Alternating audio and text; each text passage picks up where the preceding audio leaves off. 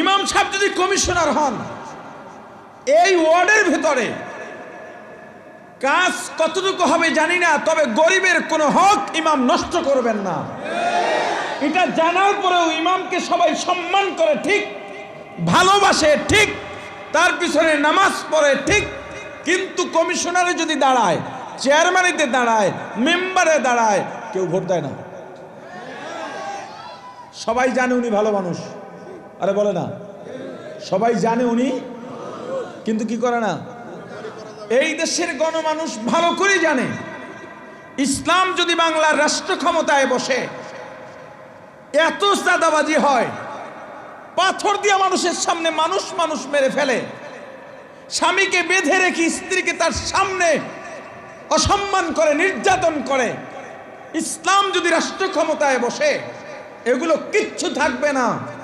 জানে, বোঝে, ইসলাম এলে গরিব আর না খেয়ে মরবে না, বিধবা ভাতার একটা টাকা কোনো সংসারে ঢুকবে না, বৃদ্ধ ভাতা বৃদ্ধরাই পাবেন, জেলে ভাতা জেলেরাই পাবেন, পঙ্গু ভাতা প্রতিবন্ধী ভাতা প্রতিবন্ধীরাই পাবেন।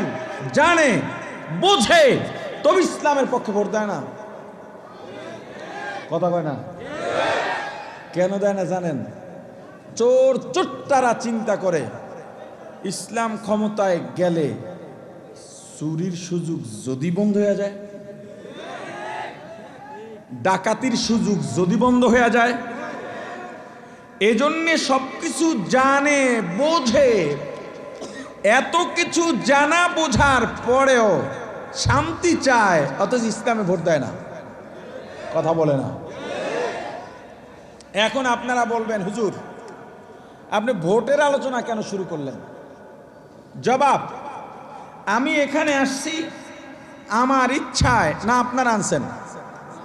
আরে কথা বলে না, শুধু আনা না, জিয়াউল আশরাফ আমারে দিনের পর দিন ফোন আর মেসেজ, দোস্ত একটা তারিখ দাও। আমি কই নাই, সুযোগ নাই, পারবো না পারবো না পারবো না। দিছি এর পরে। এটা দ্বারা বুঝাইতে চাইছি, আপনারা আমার পেছনে ঘুরছেন, মানে মাদ্রাসার কমিটি, রাইট? আমাকে আনছেন দুইটা দায়িত্ব দিয়া। কয়টা? আপনারাও ময়দানে বসে গেছেন দুইটা দায়িত্ব নিয়া। আমার দুই দায়িত্বের এক দায়িত্ব চিকিৎসক, আমি কি, জোরে বলেন? দুই শিক্ষক, দুই, জোরে বলেন। এই দুইটা পদ দিয়ে আমাকে এখানে বসাইছেন। আপনি রোগী এবং ছাত্র হয়ে বসেছেন। হ্যাঁ, হতে পারেন আপনি আমার থেকে বয়সে, জ্ঞানে, ইলমে, হিলমে, অর্থে, অভিজ্ঞতায়, আমলে, তাকওয়ায়, পরহেজগারিতে, বয়সে, সব দিক থেকে আমার থেকে অনেক সিনিয়র মানুষ, উঁচা মানুষ। কিন্তু এই মুহূর্তে আমি যেহেতু এখানে, আমি আপনার শিক্ষক, আমি যেহেতু এখানে, আমি আপনার চিকিৎসক, তো আমি আপনাকে পথ দেখাবো। আমি আপনাকে শিক্ষক হয়ে বলবো, বাবা এদিকে যেও না, এদিকে যাও। আমি আপনাকে চিকিৎসক হয়ে বলবো, এই ঔষধ খাইও না, এই ঔষধ খাও। কি কথা বুঝেন নাই?